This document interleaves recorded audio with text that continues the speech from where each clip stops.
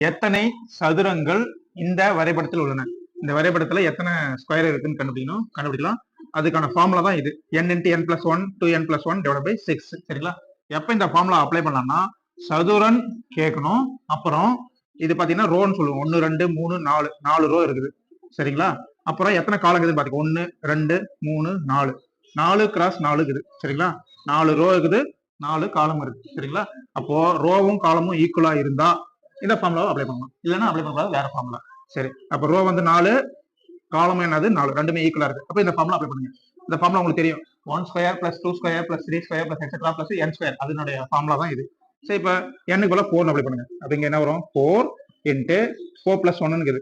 n + 1 இருக்குது. அப்ப என்ன வரும்? 5. 4 + 1 5 × 2n + 1. 2 × இங்க என்ன அப்ளை பண்ணணும்? 4ன்னு போடும். 2 × 4 8.